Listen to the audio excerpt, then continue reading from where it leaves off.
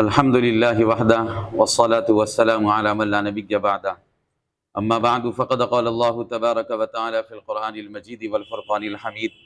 أعوذ بالله من الشيطان الرجيم بسم الله الرحمن الرحيم يا أيها الذين آمنوا كتب عليكم الصيام كما كتب على الذين من قبلكم لعلكم تتقون صدق الله العظيم وصدق رسوله النبي الكريم۔ قابل قدر بزرگوں، دوستوں، نوجوانوں، خواتین، ماں اور بہنوں، اور روشنی ٹی وی چینل کے ذریعے ہمارے اس پروگرام کو سننے اور دیکھنے والی مائیں، بہنیں اور تمام ہی ناظرین اور سامعین، سب سے پہلے ہم اپنی طرف سے عالم اسلام کے مسلمانوں کو، بطور خاص ضلع نظام آباد کے مسلمانوں کو آمد رمضان کی موقع پر دل کی گہرائیوں سے پرخلوص مبارکباد پیش کرتے ہیں اور اللہ تعالیٰ سے دعا کرتے ہیں کہ رب کائنات اس رمضان کو ہم سب کے لیے بلکہ پوری انسانیت کے لیے اللہ تبارک و تعالیٰ اپنی زندگیوں کے اندر انقلاب کا ذریعہ اور سبب بنائے۔ بہترین اللہ تعالیٰ اس رمضان کی قدر کرنے کی ہم سب کو توفیق نصیب فرمائے۔ چونکہ اس موقع پر رمضان کا آغاز ہے اور شروعات ہو رہی ہے، تو ہم بس دو چار باتیں ذکر کرنا چاہیں گے کہ اللہ کے نبی علیہ السلام نے جو بات ارشاد فرمائی رمضان المبارک کی قدردانی اور اس کے اندر کیے جانے والے اعمال کے حوالے سے، وہ سیدنا حضرت سلمان فارسی رضی اللہ تعالیٰ عنہ کی روایت کے مطابق 4 کام ہیں جو ہم سب کو کرنے کا اہتمام اور فکر کرنا چاہیے، اور کوئی بڑے کام نہیں ہے، مشکل نہیں ہے، ہر انسان، ہر مسلمان بآسانی سہولت کے ساتھ ان اعمال کو انجام دے سکتا ہے۔ بس ضرورت اس بات کی ہے کہ ہم دل و جان سے اس بات کو قبول کریں اور حکم نبوی صلی اللہ علیہ وسلم سمجھ کر ہم ان کاموں کو کرنے والے بنیں، جن میں سب سے پہلی بات اللہ کے نبی علیہ السلام نے فرمایا کہ رمضان المبارک کے مقدس مہینے میں کلمہ طیبہ کا ورد کرنا چاہیے بکثرت، لا الہ الا اللہ محمد الرسول اللہ، یہ کلمہ پڑھتے رہنا چاہیے۔ الحمدللہ یہ کلمہ ہر مسلمان کو پڑھنا آتا ہے اور وہ اس کا معنی، مفہوم سب سمجھتا ہے، تو وہی استحضار دل میں رکھ کے کہ اللہ تعالیٰ نے اس کلمے کے ذریعے ہمیں مومن اور مسلمان بننے کی توفیق دی، اور اسی کو پڑھ کر ہم اسلام کے اندر داخل ہوتے ہیں اور دائرہ اسلام کے اندر ہم لوگ شامل اور شمار کیے جاتے ہیں، تو ہمیں اس کلمے کو پڑھتے رہنے کا اللہ کے نبی نے حکم دیا ہے۔ لا الہ الا اللہ محمد الرسول اللہ،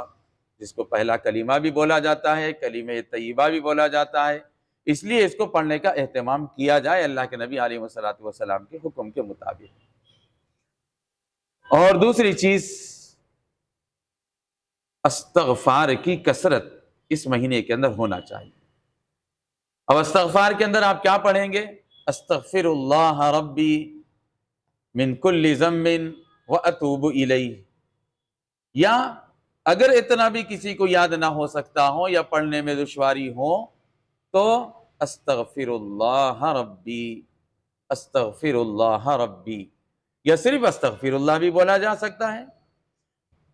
اللہ کے نبی علیہ السلام نے حکم دیا کہ رمضان کے مہینے میں استغفار کی کثرت کیا کرو، یعنی اپنے گناہوں کی اللہ تبارک و تعالیٰ کے سامنے بخشش کی طلب ہے، مغفرت کی طلب اللہ تعالیٰ کے سامنے، اللہ سے یوں کہنا کہ اللہ یہ رمضان کا مبارک اور مقدس مہینہ آپ نے ہم کو عطا فرمایا، اس مہینے کے اندر ہمیں زیادہ سے زیادہ عبادات و اعمال کر کے آپ کو راضی کرنے کی توفیق بھی مل جائے، اور ہمارے جو گناہ ہوئے ہیں، خطائیں اور سیئات اور لغزشیں اور کوتاہیاں ہماری ہوئی ہیں، اللہ ہماری وہ ساری کے ساری لغزشوں کے اوپر معافی کا قلم پھیر دے اور ہماری بخشش فرما دے۔ یہ طلب ہے استغفار کے اندر، تو اس کو بھی پڑھنے کا اہتمام کرنا چاہیے۔ اور اسی طرح تیسری چیز، جنت کی طلب ہم کو کرنا چاہیے، اللہ سے جنت کا طلب، مطالبہ کرنا چاہیے کہ رب کائنات آپ نے اتنی وسیع و عریض جنت بنائی ہے اپنے ایمان والے بندوں کے لیے، متقین کے لیے، تو ہمیں وہ جنت عطا فرما دیجئے۔ اللہم انی اسألک الجنہ، اے اللہ میں آپ سے آپ کی جنت کا سوال کرتا ہوں اور مانگتا ہوں۔ ظاہر بات ہے جنت صرف مانگنے سے تھوڑی مل جائے گی، ہمیں اعمال بھی ایسے ہی کرنا پڑے گا، تقوی اپنے دلوں میں پیدا کرنا پڑے گا۔ نبی کریم صلی اللہ علیہ وسلم نے فرمایا کہ تقوی ہاں ہونا، تقوی دل میں ہوتا ہے، تو ہمیں تقوی پیدا کرنے کی کوشش اور فکر کرنا چاہیے۔ روزوں کا جہاں مقصد اللہ تعالیٰ نے عبادت ہے، وہیں پر ایک سب سے بڑا مقصد قرآن مجید کی جو آیت کریمہ میں نے پڑھی ہے، اللہ تعالیٰ نے اس کے اندر فرمایا کہ لعلکم تتقون، تاکہ تمہارے دلوں میں تقوی پیدا ہو جائے اور تم متقی بن جاؤ۔ اور تقوی کا مطلب ہے اللہ کا خوف، اور خوف کا مطلب یہ نہ سمجھیے کہ جیسے ہم لوگ سانپ بچھو سے، شیطانوں سے ڈرتے ہیں، اندھیرے سے ڈرتے ہیں، یہ مطلب نہیں ہے۔ مطلب یہ ہے کہ اللہ کی عظمت شان اور کثرت احسان، اس بات کا ہمیں لحاظ ہونا چاہیے کہ اللہ کی ذات اتنی بڑی ہے، بڑی شان والے رب ہیں وہ، میں کیسے ان کی نافرمانی کر سکتا ہوں، میں کیسے گناہ کر سکتا ہوں۔ یہ چیز کا استحضار اگر انسان کے اندر پیدا ہو جائے کہ اللہ تعالیٰ نے مجھے ہزاروں، کروڑوں، اربوں نعمتوں سے نوازا، اللہ تعالیٰ کا یہ احسان ہے میرے ساتھ، تو اللہ کی شان بڑی ہے اور اللہ کے انعامات بھی میرے ساتھ بڑے ہیں، یہ احساس ہو جائے تو بندہ گناہ نہیں کرے گا، اور اسی گناہ سے رکنے کا نام ہے تقوی۔ اور روزوں کے ذریعے اللہ تعالیٰ یہی تقوی میرے اور آپ کے دلوں کے اندر پیدا کرنا چاہتے ہیں۔ تو ضرورت اس بات کی ہے کہ ہم اللہ تبارک و تعالیٰ کے اس حکم کو، روزے کے حکم کو بخوبی انجام دیں اور اپنے دلوں میں تقوی پیدا کرنے کی کوشش اور فکر کریں، اور جب تقوی پیدا ہو جائے گا تو ہم اللہ تعالیٰ سے جنت مانگ سکتے ہیں۔ اللہم انی اسألک الجنہ، اللہم انی اسألک الجنہ، اے اللہ میں آپ سے جنت کا سوال کرتا ہوں۔ یہ اللہ تعالیٰ سے دعا مانگتے رہنا چاہیے، ہر نماز کے ٹائم پر، ہر نماز کے بعد، یا جو بھی وقت خالی اور فارغ ہم کو نظر آ جائے، چلتے پھرتے، دکان میں بیٹھے ہوئے، گھر میں بیٹھے ہیں، بازار میں چل رہے ہیں، کسی ضرورت کی خرید و فروخت کے لیے جا رہے ہیں، ہر موقع پر ہماری زبان پر یہ ورد ہونا چاہیے، اے اللہ میں آپ سے جنت کا سوال کرتا ہوں۔ اللہم انی اسألک الجنہ، یہ تین چیزیں ہیں۔ نمبر ایک، کلمہ طیبہ لا الہ الا اللہ محمد رسول اللہ۔ نمبر دو، استغفار، استغفر اللہ ربی من کل ذنب اسلمت واتوب الیہ۔ نمبر تین، جنت کی اللہ سے طلب، اللہم انی اسألک الجنہ۔ چوتھی چیز اللہ کے نبی نے فرمایا کہ اس مہینے کے اندر بکثرت جہنم سے حفاظت اور پناہ مانگا کرو، اللہم انی اعوذ بک من النار، اے اللہ میں آپ سے پناہ مانگتا ہوں اور پناہ چاہتا ہوں جہنم سے، اس لیے کہ جہنم وہ ایک ایسی جگہ ہے جو اللہ کے نافرمان بندوں کے لیے بنائی گئی ہے، تو ہم جہنم سے پناہ مانگنا، نار جہنم سے پناہ مانگنا، گویا اپنے آپ کو اللہ سے یہ بولنا ہے کہ اللہ مجھے آپ اپنے فرما بردار بندوں میں شامل فرما لیجیے، نافرمان بندوں میں میرا شمار مت فرمائیے، مجھے مطیع فرما بردار اور اطاعت گزار بندہ بنا دیجئے اور بندی بنا دیجئے، یہ اللہ تعالیٰ سے درخواست کرنا ہے۔ تو یہ بھی پڑھتے رہیں، اللہم انی اعوذ بک من النار، میں جہنم سے پناہ مانگتا ہوں۔ ان چار چیزوں کی کثرت اس مہینے کے اندر کرنا چاہیے۔ میں پرخلوص گزارش کرتا ہوں، خواہش کرتا ہوں تمام ہی مسلمان مرد و خواتین سے کہ رمضان المبارک کے مہینے کو بہت ہی قدر کی نگاہوں سے دیکھیں، ایک لمحہ بھی ہمارا ضائع نہ ہونے پائے۔ اس مہینے کے اندر بہت سارے نیک کام ہم لوگ کرتے ہیں اور کرنا بھی چاہیے، اور اللہ تعالیٰ کی توفیق ہی سے ہم لوگ یہ سب کرتے ہیں، باقی ہمارے اندر نہ اتنی ہمت ہے اور نہ استطاعت ہے کہ ہم کوئی نیک عمل کر سکیں یا کوئی ہم لوگ نیکی کر سکیں۔ اللہ توفیق دیتے ہیں تو ہی بندہ کرتا ہے۔ تو جہاں ہم لوگ اس مہینے میں بہت سارے کام کرتے ہیں تو روزے کا اہتمام بھی کریں، بہت پابندی کے ساتھ روزہ رکھیں، بلا عذر شرعی روزہ نہ چھوڑیں۔ اسی طرح نمازوں کی پابندی کا بھی خیال کریں، عام وقتوں میں تو کرتے ہی ہیں لیکن رمضان میں اور زیادہ اہتمام کرنا چاہیے۔ 5 وقتہ نمازوں کے، فجر، ظہر، عصر، مغرب، عشاء، ساری نمازوں کو پڑھنا چاہیے۔ زکوٰۃ کی ادائیگی، اگر کسی کے اوپر جو صاحب نصاب اللہ تعالیٰ نے مال و دولت سے نوازا ہے تو ان کو چاہیے کہ وہ زکوٰۃ بھی ادا کرنے کا اہتمام اور فکر کریں۔ اگر سال گزرتا ہے اور ان کی وقت ان کا آ جاتا ہے اور ان کی تاریخ رمضان میں آ جاتی ہے تو ان کو زکوٰۃ ادا کر دینا چاہیے، نہیں بھی آتی ہے تب بھی چونکہ اللہ تعالیٰ بڑھا کر کے اس مہینے کے اندر اجر و ثواب عنایت فرماتے ہیں تو رمضان میں بھی ادا کرنے کی کوشش اور فکر کرنا چاہیے۔ اسی طرح قرآن مجید کی تلاوت ہے، یہ اللہ کا کلام ہے، ہمیں اس کو بھی پڑھنے کے فکر اور اہتمام کرنا چاہیے۔ صدقہ اور خیرات کا بھی اہتمام کریں، ذکر و اذکار کا بھی اہتمام کریں، نوافل کی بھی کثرت، فرائض کے ساتھ ساتھ ہمیں نوافل کا بھی اہتمام کرنا چاہیے۔ جیسے سحر میں اٹھتے ہیں تو ہمیں چاہیے کہ ہم وہ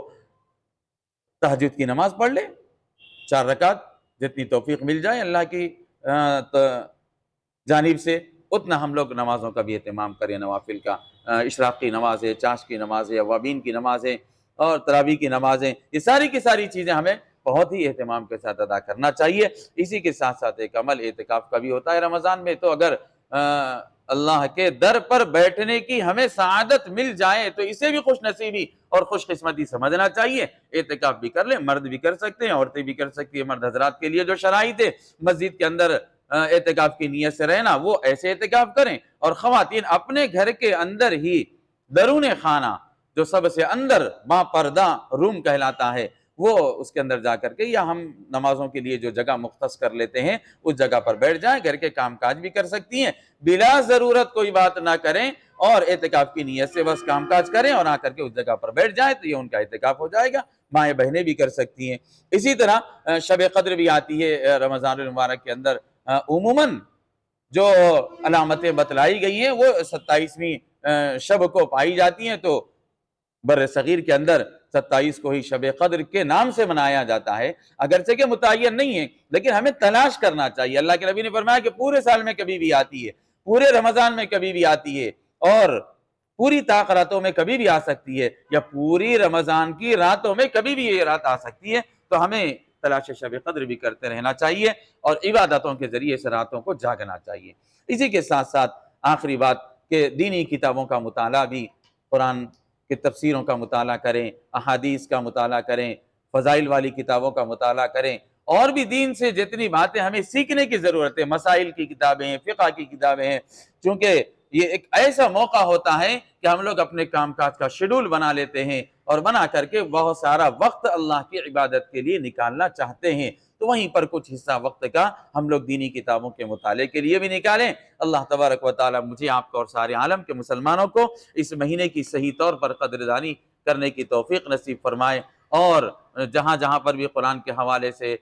خدمتیں ہو رہی ہیں، تراویح کے عنوان سے ہوں یا تفسیر قرآن، درس قرآن، سماعت قرآن، تلاوت قرآن کے حوالے سے، تو ان حلقوں سے بھی ہمیں بہت فائدہ اٹھانا چاہیے، مردوں کو بھی اور خواتین کو بھی، کہ ہم قرآن کم از کم صحیح طور پر سن لیں اور صحیح طور پر پڑھنے والے بن جائیں۔